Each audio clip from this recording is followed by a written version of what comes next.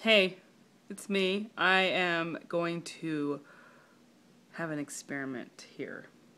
I'm really sick today. I had the worst cold. So, I can't believe that people have YouTube channels and like talk about stuff and people actually sit there and watch. I know that's weird. I mean, because like I have a blog and I expect people to read it and they do and I appreciate that they read it. So what's the difference? But I don't know. I just don't get into the YouTube thing at all. So maybe because I look so freaking nasty right now because I'm so sick. But I just thought it'd be a fun experiment. I finished this book today, Cold Sassy Tree, and it was really good. I gave it 5 stars. It became a all-time favorite. I really love this book. If I had a book club, this would be the book we'd read next. But I don't have a book club. So, I'm going to talk to my iPhone instead. I thought it would be fun to read the part that I really love today. It's kind of got some Christian doctrine in here that I really like. So, and I wonder if people ever go to YouTube to find books and to like hear excerpts out of the book. Not that I'm like an expert orator or anything, but I'm going to read from this book. Okay, here goes nothing. My kids are coming out to check on me. Who am I talking to? Alright, go to bed. Okay, good. I'm in the middle of a vlog right now. Okay. This book's written in the perspective of Will Tweedy. He's a 14-year-old teenage kid in the small town of Cold Sassy. And this is him talking at his... I shouldn't even tell you because this is like... Okay, right now I'm going to tell you, shut this off. If you don't want to have the book spoiled for you, if you haven't watched it, if you haven't read it, stop right now, turn this off, and come back after you read the book because I don't want to spoil it for you. Okay, that's your spoiler alert right there. This is towards the end of the book. See, it's almost over. I'm on this page right here. See, almost done.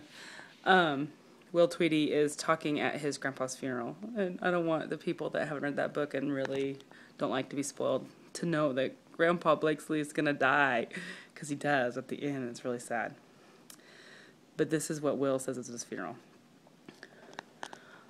I hadn't really decided which Bible verses to recite. One thing boys and girls growing up in Cold Sassy know a lot of is Bible verses. Maybe I'd do the 23rd Psalm. They always say that at funerals, but then like a light turned on, it came to me what Grandpa might like. Ask and it shall be given you, I began. Seek and ye shall find. Knock and it shall be opened unto you. For every one that asketh receiveth, and he that seeketh findeth, and to him that knocketh it shall be opened.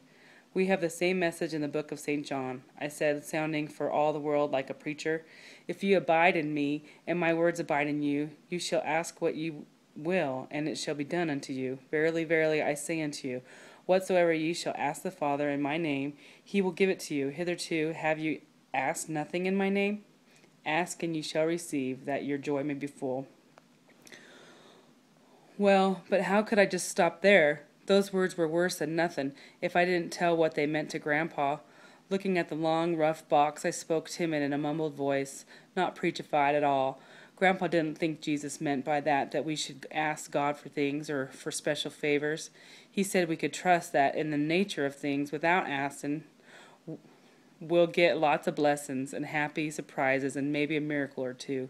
When Jesus said ask and you'll get it, he meant things of the spirit, not the flesh. Right now, for instance, I could ask, Lord, please raise Grandpa from the dead, but it wouldn't happen. But I can say, please God, comfort me, and I'll get heart's ease. Grandpa said Jesus meant us to ask for hope, forgiveness, and all like that.